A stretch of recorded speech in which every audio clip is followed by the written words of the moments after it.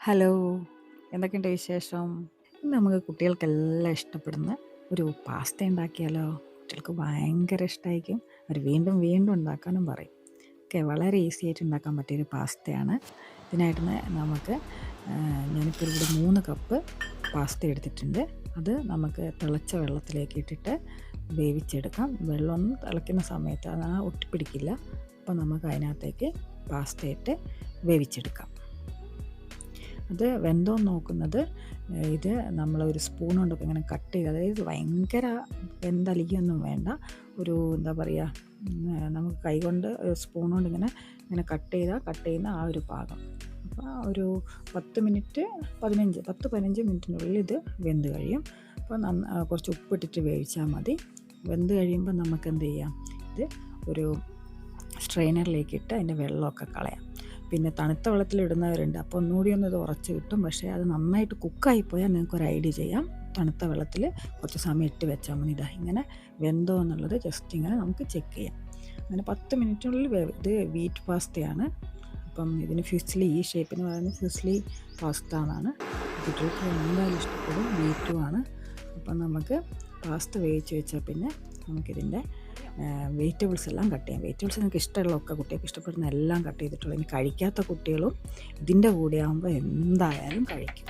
Okay, അപ്പോൾ അവർക്ക് ഇതിൻ്റെ കൂടെ വെജിറ്റബിൾസ് കഴിക്കാത്ത കുട്ടികളെ വെജിറ്റബിൾസ് കഴിക്കാനുള്ള ഒരു ഐഡിയയും കൂടിയാണിത്.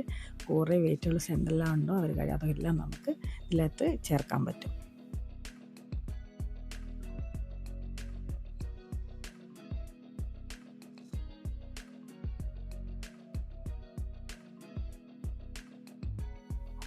വെജിറ്റബിൾസ് എല്ലാം ചെറുതായിട്ട് കട്ട് ചെയ്തെടുക്കുക. അതിൽ ഞാൻ ക്യാരറ്റ്, തക്കാളി, നമ്മുടെ ഉള്ളി, പിന്നെ കുറച്ച് ഗാർലിക് ചെറുതായിട്ട് ചോപ്പ് ചെയ്തിടാം. അല്ലെങ്കിൽ നിങ്ങൾ ചോപ്പറിലിട്ടിട്ട് ഇങ്ങനെ ചെയ്താലും മതി.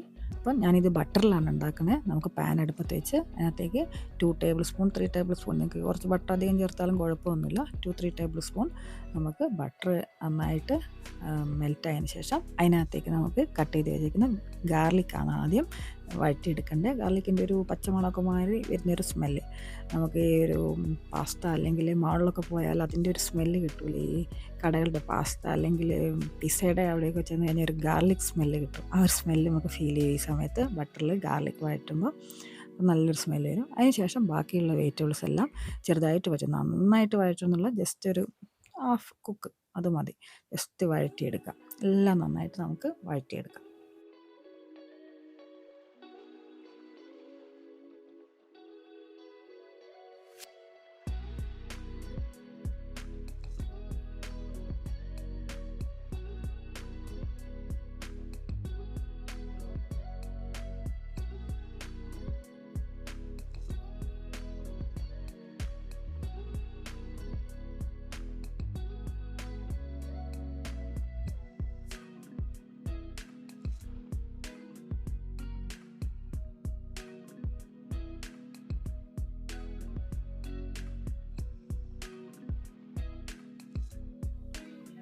ജസ്റ്റ് എല്ലാം നന്നായിട്ട് വഴന്ന ശേഷം നമുക്കിതിനകത്ത് കുറച്ച് എരിവിനായി മുളക് പൊടി ചേർക്കാം. ഞാൻ ഇവിടെ കാശ്മീരി പൊടിയാണ് ചേർക്കുന്നത്. മുളക് പൊടി അതിൻ്റെ കൂടെ കുറച്ച് കുരുമുളക് പൊടി കൂടി ആഡ് ചെയ്യാം. ഇത് രണ്ടും ചേർത്ത് നന്നായിട്ട് ഒന്ന് വഴറ്റും. അപ്പം ഉപ്പും ആവശ്യത്തിനുള്ള ചേർക്കാം. പാസ്ത ഉപ്പിട്ടിട്ടാണ് വേവിച്ചത്. പിന്നെ ഇതിനകത്ത് എന്ത് വരും, നമ്മുടെ സോസുകളെല്ലാം ആണ്. അതുകൊണ്ട് കുറച്ച് ഉപ്പ് ഇട്ടിട്ട് ഒന്ന് വഴറ്റിയാൽ മതി. ഓക്കെ, ഉപ്പ് അധികം ഇടേണ്ട ആവശ്യമില്ല. ഇവിടെ കുട്ടികൾക്ക് ചെറുതായിട്ട് ഇച്ചിരി ഉപ്പിൻ്റെ ആവശ്യമുണ്ട്. അത് കാരണമാണ് കുറച്ച് ഉപ്പിടുന്നുണ്ട് ഞാൻ. അത്രയും നിങ്ങൾക്ക് വേണ്ടെങ്കിൽ ഉപ്പ് അവോയ്ഡ് ചെയ്യാൻ ചെയ്യാം കേട്ടോ. അപ്പം കുരുമുളക് പൊടി, മുളക് പൊടി, പിന്നെ കുറച്ച് ഉപ്പിട്ട് നന്നായിട്ടൊന്നുകൂടി വഴറ്റുക. അത് കഴിഞ്ഞിട്ടാണ് നമ്മളെ പരിപാടി. ഇതിനകത്ത് സോസുകൾ ചേർക്കാനുണ്ട്. സോയാ സോസ്, ചില്ലി സോസ്, പിന്നെ നമ്മുടെ ഗ്രീൻ ചില്ലി സോസ്. ഇതെല്ലാം ഒന്ന് ചേർത്തിട്ട് നന്നായിട്ടൊന്ന് വഴറ്റിയെടുക്കാം. എല്ലാ സാധനങ്ങളും നന്നായിട്ടൊന്ന് വഴറ്റിയെടുക്കാം.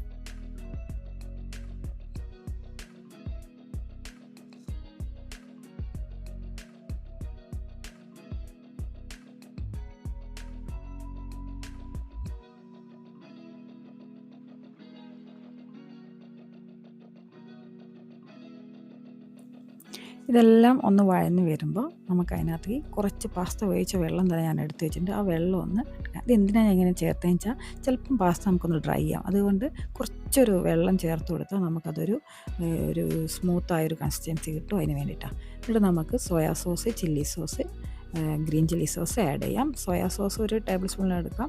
ചില്ലി സോസ് കുറച്ച് കൂടിയാലും വലിയ കുഴപ്പമില്ല, ചെറിയ ടേസ്റ്റ് മധുരമൊക്കെ ഉണ്ട്. അപ്പം ഇതെല്ലാം ഒരു നിങ്ങൾക്ക് ടേബിൾ സ്പൂണിലാണെങ്കിൽ ടേബിൾ സ്പൂൺ വെച്ച് എടുക്കാം. പിന്നെ ഇത് നിങ്ങൾക്ക് ഇനി കുട്ടികൾ കൊടുക്കാൻ പറ്റില്ലെങ്കിൽ നിങ്ങൾക്ക് തക്കാളി മാത്രം എടുത്തിട്ട് പ്യൂരി ആക്കിയിട്ട് ഇതിൽ ചേർത്താലും മതി. ഓക്കെ, എന്നിട്ട് കുറച്ച് ഷുഗർ ആഡ് ചെയ്യുന്നുണ്ട്. ഞാനിത് ഇതിനകത്തൊരു പറയാൻ വിട്ടു, ഒരു 2 ടേബിൾ സ്പൂൺ ഷുഗർ ആഡ് ചെയ്യുന്നുണ്ട്. സോസ് സ്കിപ്പ് ചെയ്യുകയാണെങ്കിൽ അതിനുള്ള ഐഡിയ തക്കാളി ആക്കിയിട്ട് ഒന്ന് കുക്ക് ചെയ്തിട്ട് ഇതിനകത്ത് ഷുഗർ ഇട്ട് ഗാർലിക് ഇട്ടിട്ടൊന്ന് ഇതിനകത്ത് ആഡ് ചെയ്താൽ മതി.